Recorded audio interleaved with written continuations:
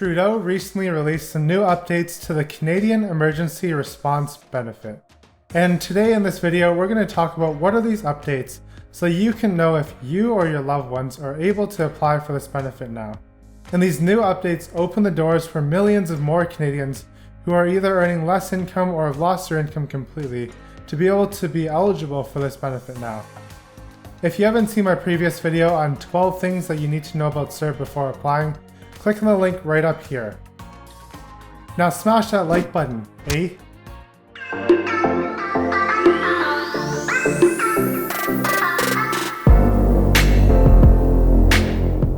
Welcome back to the Fire Grind.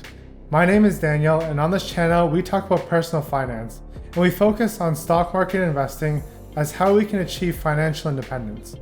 Please consider subscribing if you're interested in building up your personal finance, and I think at least half of you should be interested in this, and here's why. Recently, there was a survey conducted in Canada that 48% of Canadians are $200 away from financial insolvency. And what this means is that people are $200 away from not being able to pay their debts. And now that's a scary place to be.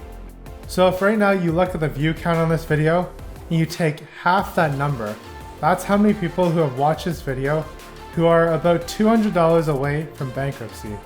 I like to think it's less than half of you guys though, because you are here looking for CERB information, and that means you're somewhat fiscally responsible. But nonetheless, please consider subscribing if you're interested in growing your personal finances and learning more about this subject. Now switching gears, and we're talking about the Canadian Emergency Response Benefit. In hard economic times like this, there have been a lot of people who have been laid off. And this is not because of performance, rather it's because of business shrinking rapidly, because no one's able to go out and people are staying home and not spending as much. So my goal in this video is to provide you guys as much assistance as possible, because I myself have had family members who have been affected by recent layoffs, and they've had questions about CERB as well. So I'm going to be here as another resource, as a random guy on the internet, to answer whatever questions you have. And just note that I'm not a professional, but I've done a lot of reading on the Canadian government website, so I might know a bit more than the average person. The next few points that I'm going to present here are things that I didn't exactly cover in my previous video, about 12 things that you need to know about CERB. And here are some important things that I think you need to know based on some of the comments that I got as feedback. So the first thing I want to bring up is, there's a lot of questions about where I should apply for CERB. People aren't sure if they should go to My Service Canada or they should go to the CRA. And here's my answer to this. If you're eligible for employment insurance, I would encourage you to apply on the My Service Canada.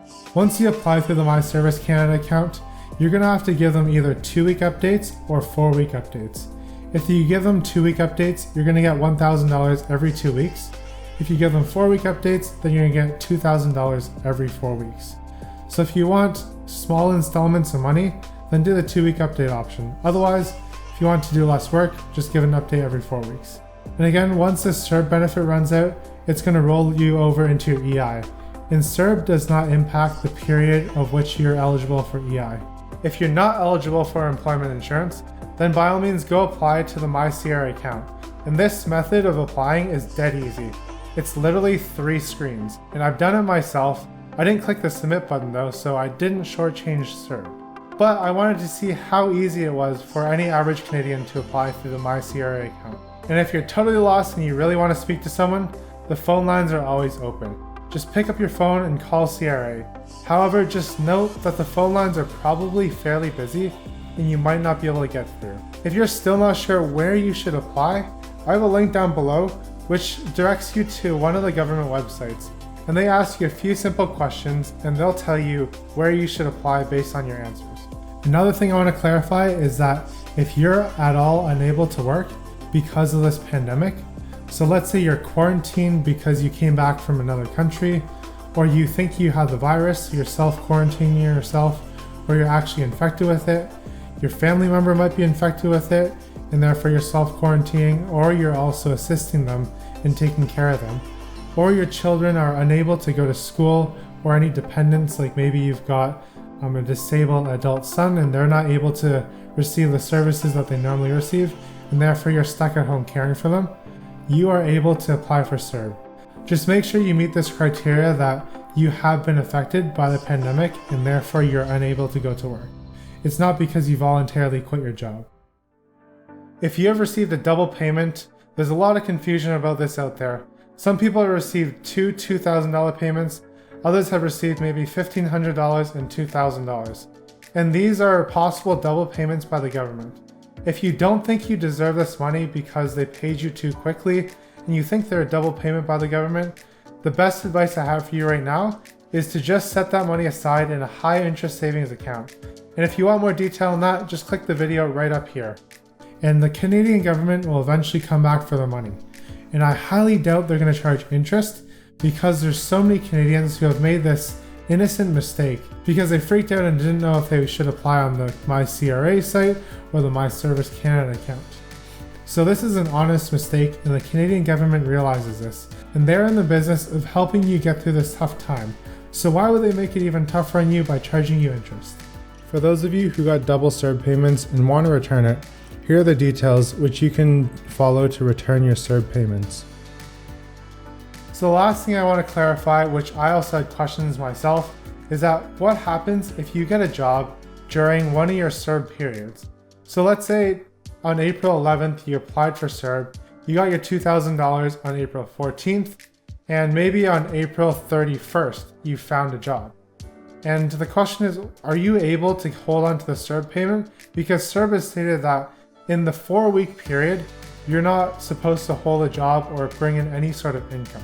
So the answer that I found to this question is that the government will eventually claw back that $2,000 payment that they gave you because you have not met the requirement. And it's not a mistake on your part because you honestly did not know that you were going to get that job later on in that month. But because there is this requirement, the government can rightfully take that back from you.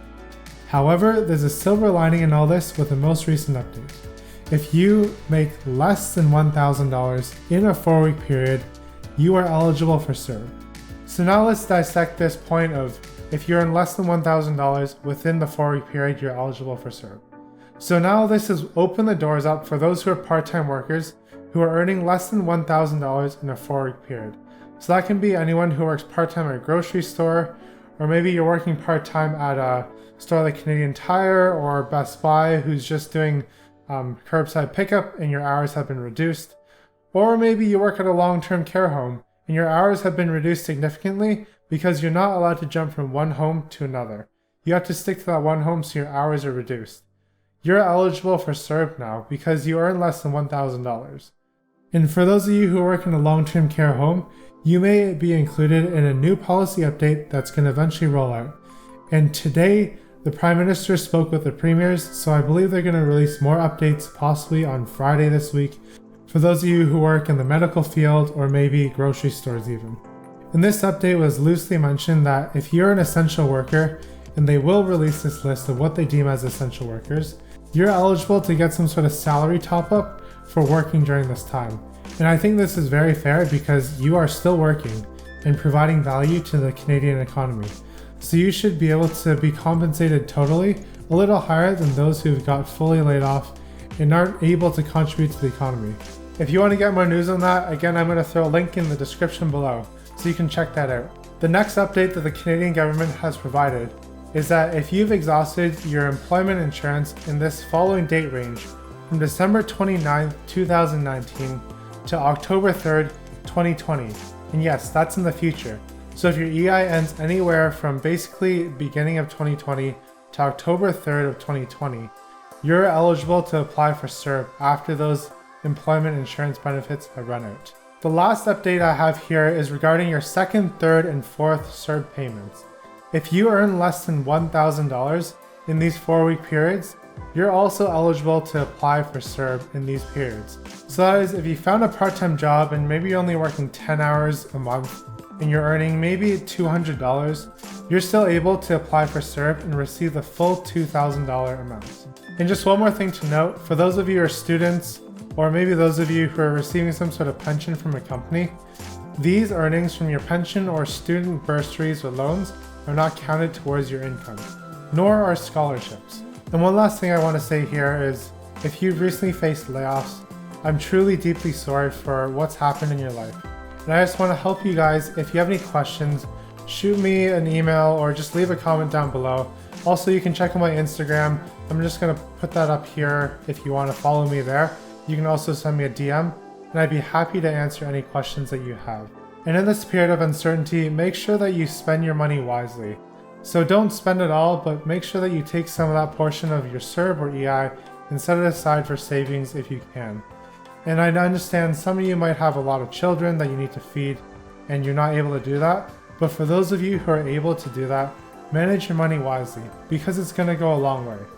The goal of my channel is to motivate you guys to figure out your personal finances, to budget wisely, and make sure that you have enough for those rainy days like today, such that in the future, if you get laid off from your job again, you will have some savings to fall back on for 3 to 6 months at least. And if you're lucky enough, you're able to start investing with other savings that you make once you've got that rainy day fund set up. So if you have any questions or comments on that, or just want an idea of how to start on your personal finances, again, shoot me an email or leave a comment down below. I'd be happy to help you guys out on your journey towards financial independence. Keep up the grind and have a great day.